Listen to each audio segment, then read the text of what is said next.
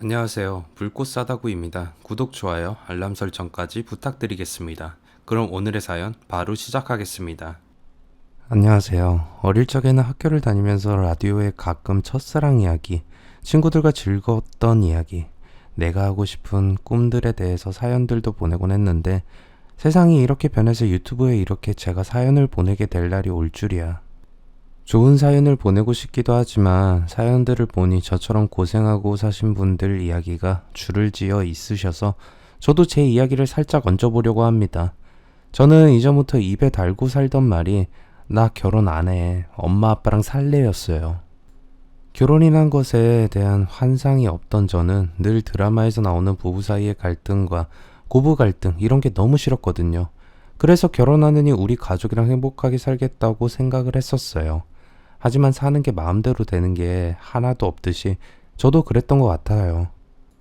아무리 결혼은 안 하겠다고 해도 남자친구는 만났는데 30 중반에 만난 남자친구는 결혼을 원하는 사람이었어요.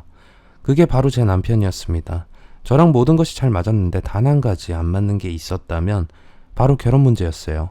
남편은 자기도 나이가 있으니 결혼을 하고 싶어서 안달이 난 거였죠. 거의 매주 그 문제로 자주 싸웠던 것 같아요. 도대체 왜 결혼이 하기 싫은 건데? 하기 싫다라기보다 결혼해서 행복해지는 게 아니잖아. 지금도 좋은데 뭐하러 결혼해서 서로 힘든 길을 걸어? 뭐 이런 식으로 말이에요. 남편은 결혼하면 더 행복해질 거고 같이 살면서 함께하는 즐거움이 있을 거라며 자기를 믿고 결혼하면 안 되겠냐고 저를 여러 번 설득했어요. 하지만 저는 마음이 내키지 않아서 계속 그 결혼을 미루게 됐어요. 남편도 저를 좋아하긴 했지만 그런 저에게 조금은 지쳤는지 한동안 연락이 뜸하긴 했어요. 제가 연락하면 만나거나 연락을 하긴 했지만 왠지 모르게 연락을 잘 하지 않는 느낌을 받았어요. 그래서 한 번은 대놓고 물어봤어요. 왜 요즘 연락이 뜸해? 뭐가 주말에도 만났잖아. 그때 만나자고 한 건 내가 만나자고 한 거였고 요새는 만나자고 한 번이라도 한 적이 있어? 남편은 제 말에 딱히 대답을 할 말이 없었는지 답이 없더라고요. 왜 말이 없냐고 물으니 그냥 나중에 말을 해주겠다며 말을 아끼는 모습을 보였어요. 미심쩍긴 했어도 계속 몰아붙여도 말을 할 것 같진 않아서 그냥 거기서 그만 말을 줄이긴 했습니다. 남편과 조금 서운한 관계가 있는 사이 친구 생일이라서 친구들과 같이 스테이크하우스에 들렸을 때였습니다. 친구 한 명이 당황하더니 조용히 저에게 말을 했어요. 혹시 저기 네 남친 아니야? 친구의 말을 듣고서 바라본 구석의 창가 자리에는 틀림없이 제 남편이 있었어요. 저는 제가 잘못 본 건가 싶어서 남편에게 조금씩 걸어가서 다가갔습니다. 하지만 그 자리에서 웃으면서 이야기를 나누는 것은 분명 남편이었어요. 제가 조심스럽게 남편의 이름을 부르자 화들짝 놀란 남편은 어떻게 여기 있냐고 물었고 저는 친구들을 가리켰습니다. 친구들은 어색한 웃음을 짓고는 곧이어서 자기들은 먼저 가보겠다고 했고 남편은 저를 그 자리에서 상대방 여자에게 양해를 구하고 끌고 나왔어요. 저는 이 상황을 설명해달라고 했고 남편은 집에서 결혼을 너무 원해서 어머니의 말대로 10번만 선을 보기로 했다고 했어요. 하지만 마음에 드는 사람은 한 명도 없었고 자기는 저랑 결혼하고 싶다는 말을 했습니다. 그러나 그 말이 저에게 설득력이 그렇게 느껴지지 않는 말이라는 건 당연했어요. 제가 계속 화가 나 있는 듯 하자 남편은 자기도 짜증이 났는지 저에게 쏘아 붙이도록 말을 했어요. 내가 너랑 사귀는 동안 얼마나 결혼 이야기를 많이 했냐. 이러다가 우리 둘 다 금방 40 넘어. 그럼 그때 가서 결혼 못 하겠으니 헤어지겠다고 할 거야? 남편의 말도 틀린 말은 아니었기에 저도 할 말은 없었지만 나 몰래 선을 보고 다녔다는 것에 화가 너무 났습니다. 지금 여기서 이야기를 해봤자 우리 해결날 일은 아니라면서 남편은 어차피 둘 다 문제가 있는 것 같으니 생각할 시간을 갖자는 말을 했어요. 저는 저에게 절절맬 것이라 알았더니 그게 그렇게 차갑게 말을 하고서는 다시 그 식당으로 들어가는 남편을 보니 눈물도 안 났어요. 머리가 새하얀 백지장이 된 느낌이었어요. 나만 바라보던 사람이 이제는 다른 생각을 하기도 한다니.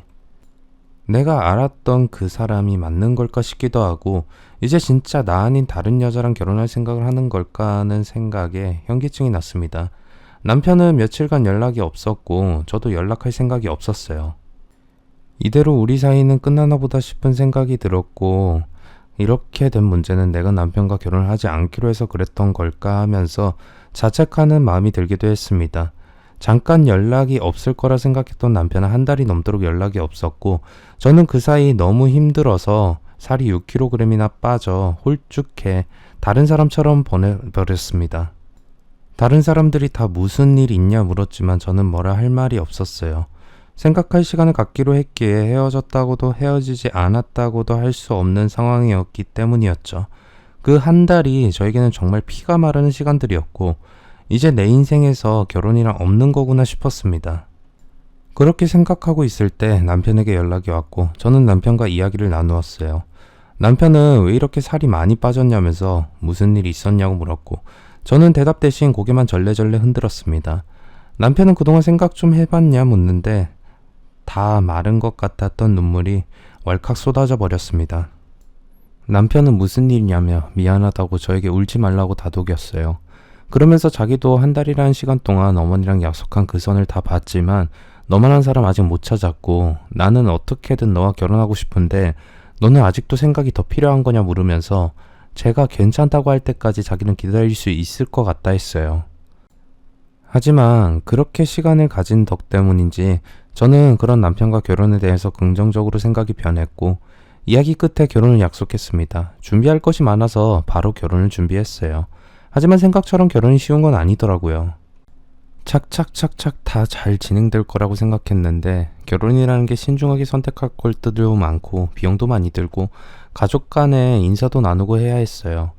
시댁에 인사를 드리러 가는데 마음이 많이 떨렸습니다. 시어머니는 딱 봐도 얼굴이 무시무시했고 시누이가 3명이나 됐어요. 남편이 막내 아들이라는 건 들었지만 그래도 시누이가 셋이라니 다리가 후들거렸습니다.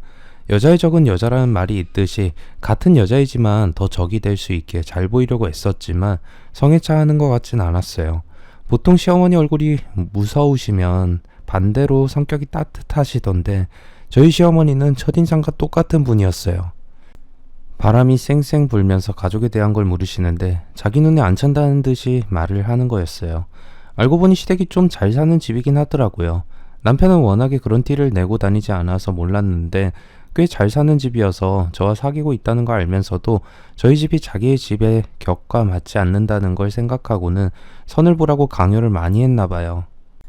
그러자 남편은 하는 수 없이 자기가 평생 같이 살 여자인데 어머니가 원하는 여자 10명과 선을 보고 나서도 아니라고 싶으면 자기가 원하는 상대와 결혼하겠다고 했고, 결국에는 저희에게 그 위기가 기회가 되었던 것이었습니다. 그것마저도 마음에 꽤나 들지 않았는지 시어머니는 저에게 대놓고 말을 했어요. 내 아들이 좋아한다고 해서 시키는 결혼이다만 난 아직도 이 결혼 용납하기 싫다. 어머니, 그 이야기는 저랑 다 끝내셨잖아요. 왜 그러세요? 남편이 말렸지만 시어머니는 할 말은 다 하시는 분이셨어요. 내가 틀린 이야기 한 거 아니지 않니? 뭐 하나 우리 집에 견줄 게 없는데 어떻게 너랑 결혼을 하게 된 건지 난 그 이유를 알고 싶다. 그런 거 없고 저희는 그냥 서로 좋아해서 결혼하게 됐어요. 사실 제가 결혼 생각이 없었는데 태정 씨랑 저랑 결혼하고 싶어 해서 함께 마음을 맞추다 보니 결혼을 결정한 거예요. 제가 말을 했지만 시어머니는 자기 아들이 뭐가 모자라서 그렇겠냐며 말을 못하게 막았어요. 저는 앞으로도 이렇게 자기 아들만 아시고 나를 천대하시면 어쩌나 하는 생각이 들었어요. 그렇게 시댁 어른들에게 상견례를 마쳤지만 마음이 시원하지 않았고, 남편은 어머니가 지금은 그러셔도 나중에는 분명 마음이 바뀔 날이 올 거라고 하면서 결혼만 하면 잘 해결될 거라고 저를 타일렀어요. 그렇지만 과연 그럴 수 있을까 고민이 되긴 했지만 그렇다고 결혼을 무르기에는 제가 남편을 너무 좋아했어요. 혼수를 하긴 해야 하는데 시어머니 눈치가 보여서 남편에게 혼수 준비해 갈 거 물어봐 달라고 했더니 남편은 며칠 뒤에 아무것도 준비할 필요 없다면서 신경 쓰지 말라고 했어요. 하지만 어떻게 결혼하는데 혼수도 준비를 안 해갈 수가 있겠어요. 그래서 가전제품 같은 혼수용품은 다 제가 사기로 했어요. 가구도 다 제가 사고 했더니 3천만 원 정도 들긴 하더군요. 남편은 다 자기가 할 건데 뭘 그리 무리하게 하냐고 했지만 무리할 정도는 아니었어요. 결혼하는데 빈손으로 결혼하는 것도 창피한 일일 거고요. 그러나 그렇게 결혼을 준비해도 시어머니는 찬바람이 불었습니다. 저희 집을 둘러보고는 집에 어울리지도 않는 혼수를 가져왔다며 저를 돌려서 까시더라고요. 기분은 정말 상했습니다. 저는 저 나름대로 정성스럽게 고르고 최대한 비싼 것들을 골라서 했는데 그마저도 마음에 들지 않아 하시니 그냥 내가 미우니 물건도 다 미운가 보다 싶은 생각이 들었어요.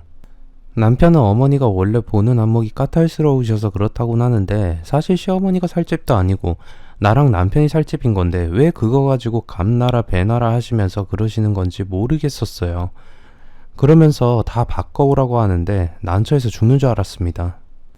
가서 교환을 해달라고 하니 이미 다 설치된 건데 이유 없이 반품이 안 된다고 하셔서 하는 수 없이 있던 제품들의 일부는 중고로 팔았고 새 제품을 샀어요.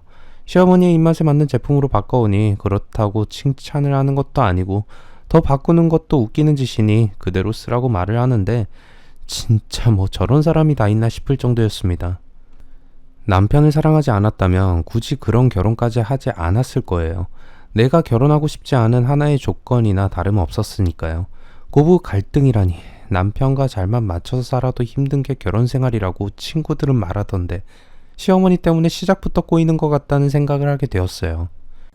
나중에 알게 된 사실은 시어머니가 너무 무리하게 혼수 이야기를 해서 남편은 그런 혼수 이야기 하실 거면 아무것도 안 해오게 하겠다고 싸웠다네요.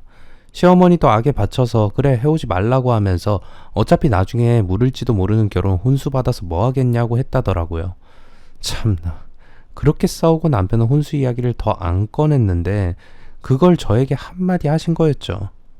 결혼식에서도 사진 찍는데 잔뜩 화난 표정이라 시어머니가 있는 사진은 건질 것이 없더군요.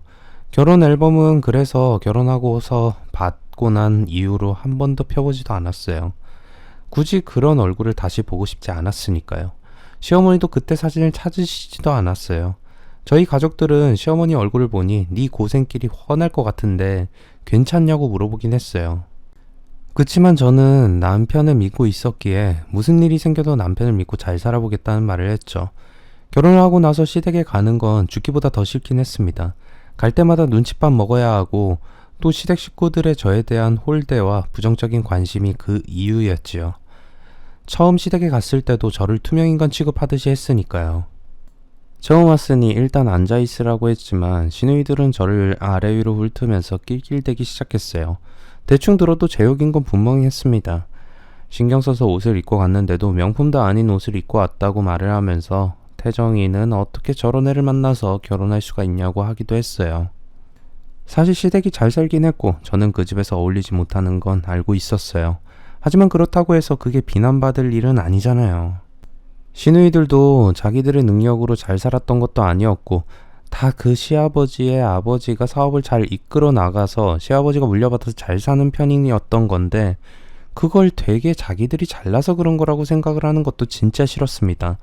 태생을 좋게 태어난 거지 자기들은 능력이 하나도 없었어요.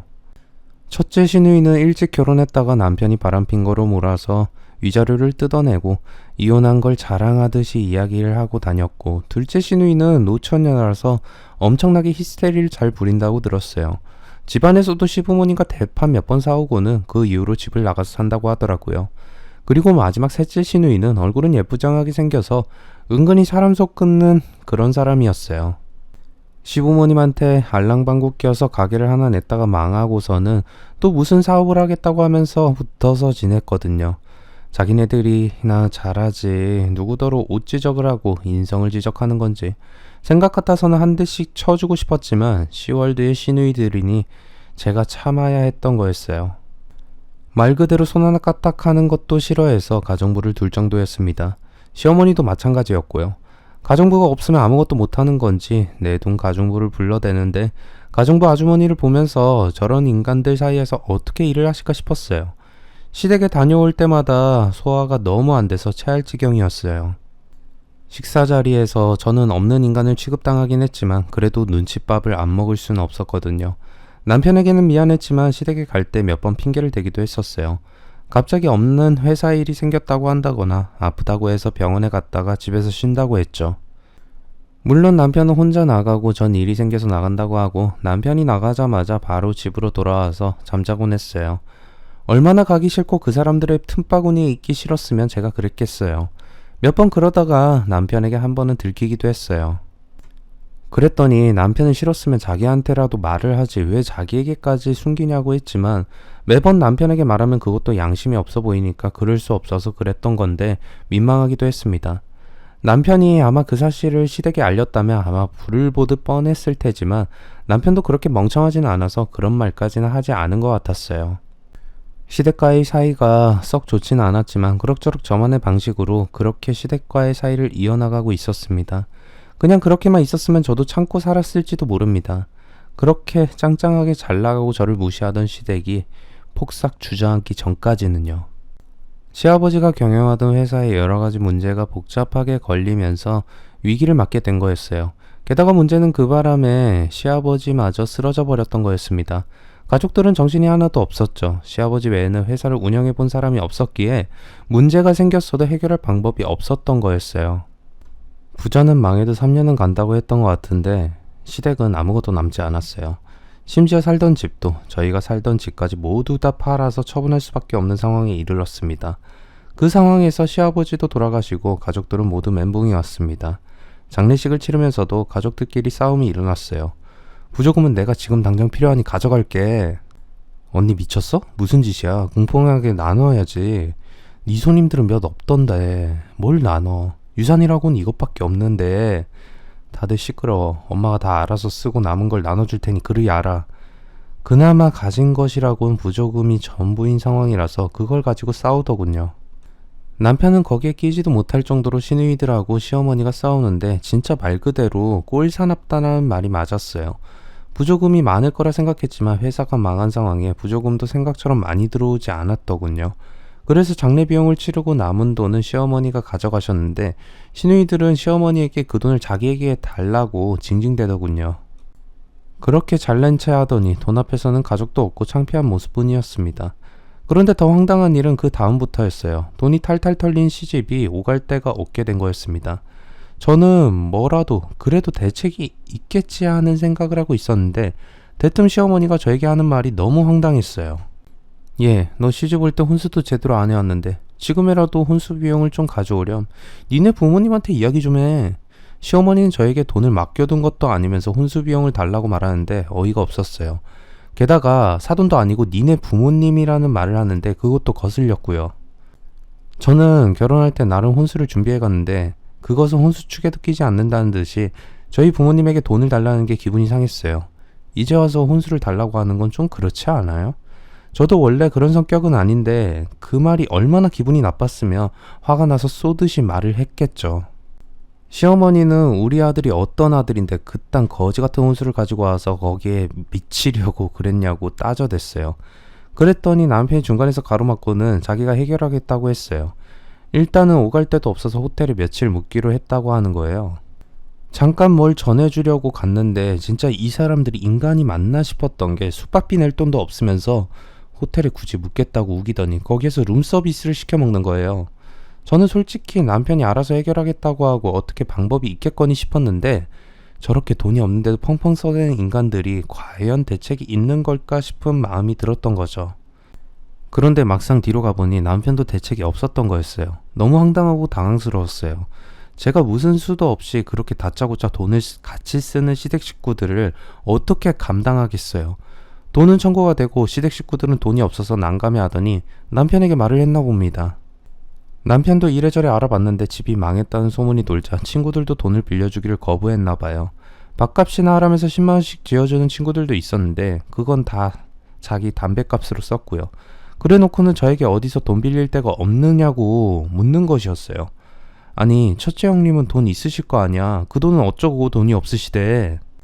주식에 다 넣었는데 지금 하한가인가 봐. 뺄 수도 없대.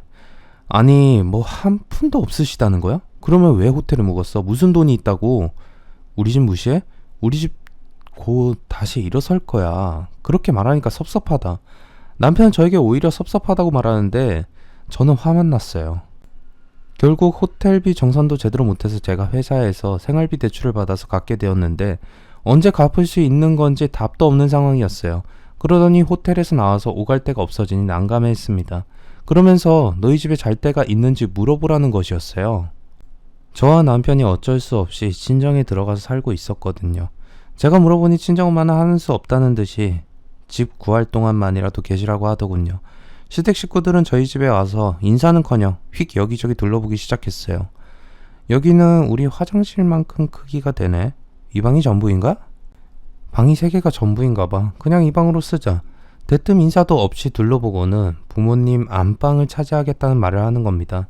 제가 안 된다고 하려고 했지만 엄마가 그래도 시댁 식구들이니 편안한 방을 쓰시라고 했어요. 방도 얼마 없는데 동생이 마침 나가서 살게 되고 제가 결혼해서 방이 딱 2개가 비어있던 거였거든요. 그래서 제 방에서는 제가 남편하고 둘이 지내고 부모님이 동생 방을 쓰기로 했습니다. 저는 너무 죄송했어요. 제가 생활비를 드린다고 했는데도 부모님은 한사코 지금 너네 시댁이 어려운 상황인데 생활비가 무슨 대수냐고 말을 하셔서 생활비조차 못 드렸어요. 그런 와중에 시댁 식구들 때문에 저는 마음고생이 시작되었습니다. 저희 집에 와서 사시는데 이것저것 다 불편한 것 투성이라면 잔소리를 늘어놓는 것이었어요. 이런 집에서 어떻게 사냐면서 집에 욕조도 없고 샤워기 물은 왜 그렇게 뜨거운 물이 잘 안 나오냐면 이상하다 하고 식탁마저도 대리석 식탁이 아니어서 마음에 안 든다고 했습니다. 여기 어머님 집 아니잖아요. 지금 여기에서 잠시 지낼 동안은 여기에 만족하시면서 지내셨으면 좋겠어요. 저도 저희 집 욕하는 것 같아서 기분이 좋지 않아서 냉정하게 말씀을 드렸습니다. 그랬더니 자기 집에 있던 물건이라도 들고 왔어야 한다며 불편해서 이거 살겠냐고 하더군요. 양심도 없지. 시댁 식구들이 친정에 와서 죽치고 앉아있으면서도 뭐가 어쩌고 저쩌고 말이 많으시더라고요. 게다가 엄마가 그래도 시댁 식구들 잘 사는 것을 알아서 매일 고기 반찬을 해서 드리는데도 자기들은 육해공 다 먹어야 영양분을 잘 섭취할 수 있다며 다른 음식까지 더 찾으시더라고요. 저는 진짜 마음 같아서는 시댁 식구들을 다 내쫓아 버리고 싶었어요. 남편이랑 결혼하지 않았더라면 저런 무지막지한 인간들하고 같이 살지도 않았을 텐데 내가 왜 그런 인간들하고 같이 살면서 부모님이 눈치 보게 해야 하나 싶었던 것이었습니다. 그렇게 저희 집에서 지낸 지 며칠 안 됐을 때 첫째 시누이가 와서 저에게 말을 했어요. 돈 좀 있어? 아니, 집에만 있기 불편하고 해서 나가서 바람이나 쐬려고. 얼마나요? 있긴 있구나. 적당히 30만 원 정도? 제 월급이 그리 많지도 않았고 상황이 어려운 상황이었는데 30만 원이나 바람 쐴 때 쓰겠다는 것은 정말 상식 밖이었어요. 지금 상황도 안 좋은데 30씩이나 필요하신 거예요? 너무하네. 내가 30은 하루에 밥 먹는 데만 썼던 사람이야. 30 그까짓 거 껌값이야. 내가 다시 원래대로 돌아가면 그까짓 거 100배로 돌려준다. 신우이는 제 지갑을 획 빼앗더니 30만 원을 꺼내서 가버렸어요. 정말 예의라고는 눈꼽만치도 없는 시누이를 보고 한숨이 나오더군요. 그런데 곧이어 셋째 시누이도 와서는 누구는 주고 누구는 안 주냐며 자기를 우습게 보냐고 난리를 치는 거예요. 그래서 셋째 시누이와 시어머니 용돈까지 쥐어드리니 그달 생활비는 다 써버렸어요. 엄마에게 조금이라도 보태드리고 싶었는데 죄송한 마음이 가득하더라고요. 결혼이 뭐라고 내 가족인 사람들보다 시댁을 더 챙겨야 하는 건지 제 마음도 속상했어요. 근데 그런 제 마음을 아는지 모르는지 남편은 황당한 말을 더했어요. 우리 엄마, 아빠 돌아가시고서 상당히 외로워하시고 우울증이 오시려나 봐. 모시고 한번 여행이라도 가는 건 어때? 이 상황에 여행이 말이나 돼? 지금 생활비도 당신네 식구들 다 챙겨드리는 하나도 없어. 우리 손가락만 빨면서 살아야 한다고. 돈이 뭐가 중요해. 지금 당장 사람이 죽느냐 사느냐인 건데 우울증 걸렸다고 죽어? 솔직히 우울해 보이긴커녕 요즘 어떻게 지내시는지 알지도 못하면서 뭐 꼭 죽을 것처럼 말을 해. 야, 우리 엄마가 돈 없이 살아보셨겠냐? 그리고 이렇게 좁은 집에서 사시니 얼마나 답답하고 숨막히겠어. 그때 진짜 남편에게 엇박것을 못 먹인 제가 한스러웠습니다. 결국엔 자기 어머니가 우리 친정집에 그 좁은 데서 사시는 게 기분이 나쁘다는 거잖아요. 좋게 생각하려고 해도 제 입장에서는 말이 안 나올 정도로 혼란스러운 마음뿐이었어요. 돈도 없어서 친정에 빌붙는 판국에 자기네 엄마 우울증 걸리니 여행을 가자고 하는 남편. 이해가 가시나요? 저는 이해할 수 없었거든요. 허리띠 졸라매도 모자랄 판에 진짜 제정신이 아닌 놈 같아 보였어요. 그런 와중에 제 눈을 더 돌아가게 만든 사건이 있었습니다. 시어머니가 저희 엄마 보고 짜증내시면서 말을 하는 거예요. 빨래가 이게 뭐예요? 내 옷은 꼭 따로 빨아달라 했죠. 이 옷을 다 어쩌라는 거예요? 자기 옷이 망가졌다며 저희 엄마에게 지랄을 해야 되는데 진짜 왜 저러나 싶어서 제가 다가갔습니다. 이 옷 다 합하면 돈이 얼만 주나 아세요? 사부인 옷 다 합쳐도 이 옷값만큼도 못해요. 아이고 죄송해요. 매일 그냥 가족들 옷 빨던 버릇에 한꺼번에 빨았더니 이렇게 될 줄 몰랐네요. 죄송이고 뭐고 어쩔 거예요. 제가 말리려고 들자 엄마는 제 앞을 가로막고 제 손을 잡으면서 하지 말라 하셨어요. 제가 새로 옷을 사시게 돈을 좀 드릴게요. 만족은 못 하시겠지만 화 푸세요. 엄마가 돈을 준다고 하자 그제서야 화가 확 누그러든 건지 얼마 줄 거냐고 묻는 시어머니의 면상은 마치 악녀 같았습니다. 그래 놓고서 그것들을 바로 쓰레기통에 툭 던져놓고 방으로 들어가는 시누이들하고 낄낄대는데 너무 화가 나서 쫓아가려는 저를 자꾸 엄마가 막았어요. 제가 왜 막냐고 저게 정상인이 할 짓이냐 했더니 엄마는 그래도 네 남편의 가족인데 네가 한번 참으라고 했어요. 매번 참기만 하는 게 맞는 건가 싶은데 참을 수밖에 없었어요. 제가 참지 않는다면 남편과의 싸움은 물론 이혼으로 이어질 상황이었으니 엄마는 계시는 동안에는 엄마가 참고 지내겠다고 하셨어요. 근데 시어머니가 그러시니 시누이까지 덩달아 그러더군요.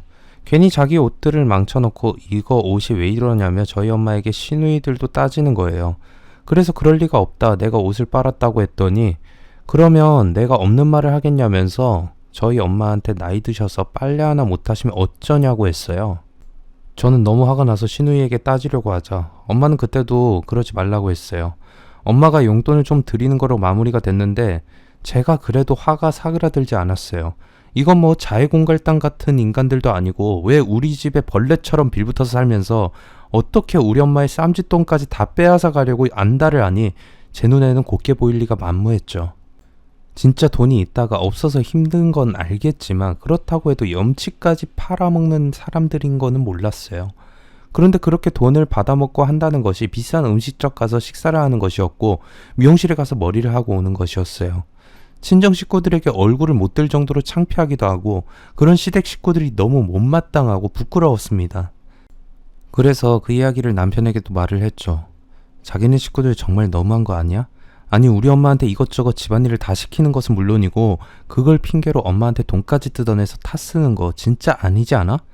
야 아무리 그래도 돈을 뜯어내는 게 뭐야? 우리 가족이 사기꾼 집안이야? 너 지금 우리 집 기울었다고 이런 식으로 우습게 보냐? 남편 입장에서는 기분이 나쁠 수도 있겠지만 이런 식으로 싸우다 보니 완전히 네 편 내 편 나누는 것 마냥 싸우게 되더라고요. 진짜 생각 같아서는 너네 식구들 다 데리고 꺼졌으면 좋겠다고 하고 싶었지만 그렇게까지 가고 싶지 않아서 참았습니다. 솔직하게 저도 친정 식구들이 더 중요하지 저에게 미운 짓만 하는 시댁 식구들이 뭐가 예뻤겠어요. 너무 자기들의 과거에 연연해하면서 아직도 자기들이 부잣집에 살던 그 시절 마냥 구는 게 너무 기분이 나빴습니다. 한동안 저와 남편 사이도 진짜 냉골이었어요. 진짜 남편이 들어오기 전에 잠든 척하고 서로 웬만하면 말조차 나누지 않았습니다. 남편도 그런 시간들이 좀 지체되자 시댁 식구들에게도 한마디를 하긴 했었나 본데 시댁 식구들은 더 기고만장했습니다. 지나가다가 방에서 이야기하는 것을 들었는데 저희 집 식구들 완전 비하를 하더군요. 쟤네 결혼만 안 했어도 우리가 뭐 상종이나 할 사이니? 진짜 얘기 들어보니 지 남편을 잡아먹을 듯이 말했나 본데 그렇게 안 입고 와서 우리랑 어떻게 산대 참나. 혼수 하나도 제대로 안 해온 주제에 뭐 그리 잘났다고. 이런 코딱지만한 집에서 지내게 해주는 거로 우리가 굽신굽신해야 돼? 우리 집 주차장만도 못했던 이 집에서? 그러니까 진짜 올케도 진짜 양심 없어. 우리 집에 시집 와서 기도 한번 못 피던 애가 이제 지 집이라 이거지. 이깟집 우리 집 예전 같았으면 거들떠도 안 볼 집인데 자기 집이라고 주름 잡는 거 너무 웃기다. 제가 저희 집이라고 해서 그들에게 집주인 신세를 한 것도 아니었는데 저를 그렇게 매도하는 게 참 너무 어이없었어요. 당장이라도 방문을 열고 들어가서 따질까 하다가 좀 더 두고 보자고 했어요. 진짜 마지막까지 이러면 나도 가만히 있진 않겠다는 각오를 하면서요. 시댁 식구들의 행동은 가면서 더 심해졌었어요. 처음에는 엄마가 어쨌든 손님이니 설거지나 빨래도 다 해주셨는데 일부러 간식 같은 걸 먹고도 치우지 않고 그대로 두고 시누이는 자기 옷을 세탁소에 맡겨야 하는데 우리 엄마 보고 돈도 주지 않으면서 갖다가 맡기라고 말을 했어요. 엄마는 딸 가진 죄인이라고 생각하며 그걸 묵묵히 또 하시는 걸 저도 처음엔 몰랐었어요. 처음에는 사부인 거리던 시어머니도 어느새 저희 어머니를 정말 밑에 사람 취급하듯이 부르기 시작했어요. 저기요, 이제 음식도 지겨운데 우리 시켜 먹는 건 어때요? 내가 아는 고급 오마카세 집 아는데 이거 반찬도 며칠마다 한 번씩 하는 거예요?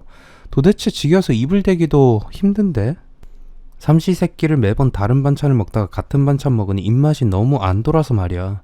그러셨어요? 말씀을 하시지. 저희 집은 식구가 얼마 없다 보니 반찬을 매일 바꿀 수가 없어서요. 먹고 싶은 것 있으면 말씀을 하세요. 이 집에서 해줄 수 있으려나 모르겠네. 생각나면 말할게요. 그러면서 말을 했던 게 킹크랩, 모 호텔의 브런치 정식, 궁중 요리 같은 것을 말했다는 거예요. 어쩐지 식탁을 차리는데 평소에 먹지 못하던 음식들이 올랐는데 엄마는 한 젓가락도 안 되시더라고요. 알고 보니 돈이 너무 많이 들어서 혹시나 음식이 모자랄까봐 드시지 않으셨던 거였어요.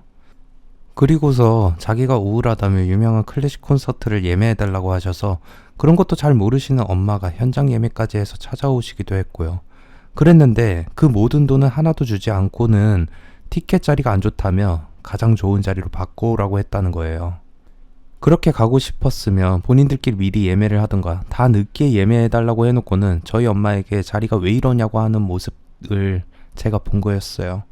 평소에도 저희 엄마가 바닥 청소한다고 걸레질을 할 때 소파에서 누워서 발만 들던 무례한 인간들, 우리 엄마가 설거지를 할 때 일부러 설거지거리 더 만들려고 물 한 잔 먹고 설거지통에 던져놓고 가던 인간들, 밤늦게도 엄마 자는데 깨워서 야식 시켜달라 만들어달라 조르던 인간들, 자기들 빨래 제대로 안 해놨다고 미친년처럼 소리 지르던 인간들, 지금 생각해도 그들의 행동을 다 열거하자면 입이 아플 것 같아요. 화가 너무 나서 저는 남편에게 그 울분을 터뜨렸어요. 내가 우리 엄마 이런 꼴로 만들려고 너 같은 자식이랑 결혼하는 줄 아냐고. 너네 집안 진짜 신물나니까 다 데리고 꺼져버리라고요. 제가 발악하듯이 소리를 지르자 남편도 화를 냈어요. 니네 집에 들어와서 나도 편하게 마음먹고 산 적 한 번도 없었고 우리 집 식구들이 그렇게 싫으면 나갈 건데 저보고 이혼 서류에 도장 찍을 준비하라고 하더군요. 제가 그렇게 폭발했을 때는 저도 하나도 무섭지 않았어요. 내가 결혼이라는 거에서 엄마를 힘들게 하는 인간이 되었다는 것에 대해서 저도 스스로가 용납이 되지 않았거든요.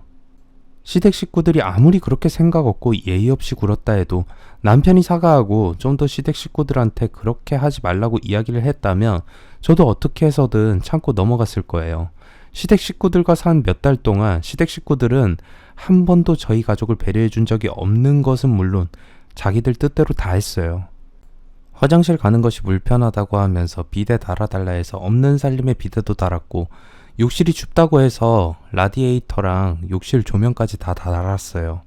그리고 안방을 내달라고 해서 안방을 내주고 햇빛이 너무 잘 들어온다고 해서 블라인드를 달아달라 했다가 마음에 안 든다고 다시 안마 커튼까지 다 달아줬고요.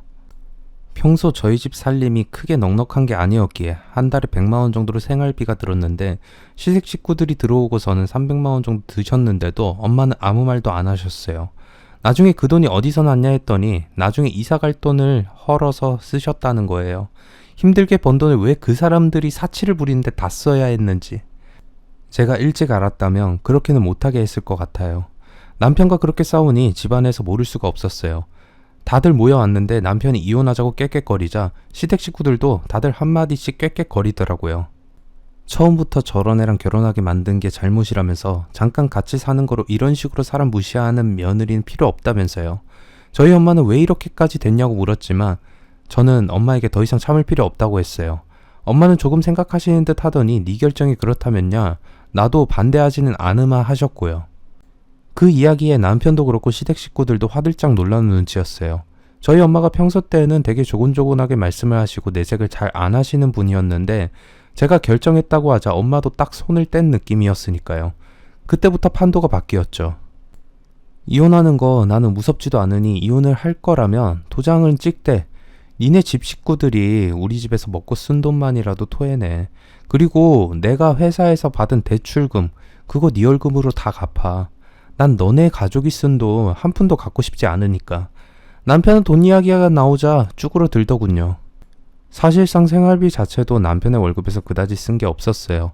출퇴근할 때 차는 꼭 필요하다고 해서 장기 리스로 차량도 구매한 상태라 매달 그거 갚는 것도 힘든데 남편도 시댁 식구들 마냥 생각이 없어서 외제차로 리스를 했거든요.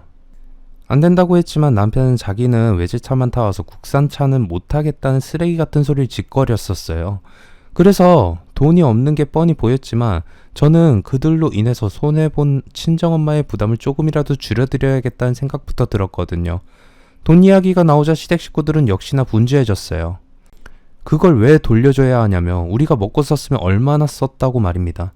그런데 더 철저하신 분은 저희 엄마였어요. 엄마는 핸드폰을 꺼내들더니 몇 달간의 돈을 받아간 것은 물론 생활비 쪽으로 쓰신 내역이 1,000만 원이 가까이 된다면서 말을 하셨어요. 알고 보니 가계부를 꼬박꼬박 쓰시던 엄마가 매달 적잖은 것들과 시댁에 든 비용들을 조목조목 써가며 고민을 하셨던 거예요. 같이 살긴 살아야 하는데 가면 갈수록 부담이 컸으니 말이죠. 시댁 식구들은 어디서 사기를 치냐며 우리가 언제 그런 돈을 썼냐고 하자 엄마는 몇 개의 내역들을 읊기 시작했어요. 생활에 필요하다고 하면서 생활용품도 고급 제품만 사달라고 했고 저희 집에 와서 씀씀이가 줄지는 않아서 한 달에 한 번씩은 시어머니와 신우 2명이서 미용실과 네일샵, 백화점까지 꼭 다녀오고 했다는 걸 알게 됐어요. 남편은 자기가 돈을 주지 않았으니 그런 건 안 했을 거라 생각했는데 집에서 우울해한 게 아니라 그런 식으로 돈을 쓰면서 살고 있었다는 거 알고는 조금 충격이 있는 것 같기도 했어요. 그러면서 뭘 그렇게 많이 썼냐며 시댁 식구들에게 탓을 하더군요. 그러더니 남편과 시댁 식구들은 그 정도도 못 쓰냐며 이렇게 살다가 미칠지도 모른다면서 떠들어댔어요. 다 시끄럽고요. 딱 보니 1,000만 원하고 대출한 것까지 갚을 수도 없어 보이네요. 명품 가지신 것은 제가 중고로 내다 팔 테니까 남겨두고 가시고 그거 제외하고는 다달이 일해서 갚으세요. 우리 명품 없어. 무슨 명품을 갖고 있다고 그래? 스카프, 가방, 지갑, 신발 등등 명품 가지고 있는 걸 제가 분명히 봤는데 빼앗기기 싫으니까 없다고 잡아 떼더라고요. 저는 안방문을 벌컥 열고 들어가서 장롱에 있던 가방과 옷들, 스카프 등 각종 명품들을 꺼내왔어요. 그랬더니 서로 자기 건데 건드리지 말라면서 저에게 다그치더라고요. 이거 명품 아닌데 뭘 그렇게 소중하게 여기세요? 그냥 여기서 제가 다 태울게요. 명품도 아닌데. 괜찮잖아요. 제가 라이터를 꺼내들자 다들 막 놀래선 안 된다며 말렸어요. 명품이 뭐라도 되는 것도 아닌데 울면서 그러지 말라고 자기 아기들 건들면 가만히 안 있겠다고 하는 거예요. 저는 헛웃음이 나왔어요. 그렇게 소중하면 돈 가져와서 다시 가져가시라고 했어요. 중고 거래에서 치는 정도만큼의 돈을 가져오면 다시 주겠다고 하니 시댁 식구들은 남편에게 어디서 돈 나올 때 좀 없냐며 우리 이거 아니면 입을 옷도 없고 들고 다닐 가방도 없다고 난리가 난 거죠. 저는 남편에게 니네 집 일은 니네가 알아서 해결하고 이제 좀 나가달라고 했어요. 왜? 밥 먹을 돈도 없어서 설마 저녁까지 먹고 나가려는 건 아니지? 파렴치한도 아니고. 아씨, 너 진짜 내 성질 계속 긁을래? 맞아야 정신을 차리겠냐? 흥분한 남편은 마치 저를 때릴 듯이 말을 했어요. 쳐봐. 왜? 깽까까지 물어주고 갈래? 진짜 나간다, 나가. 이혼 도장이나 찍을 준비해. 남편은 씩씩대면서 시댁 식구들을 데리고 나가려고 했어요.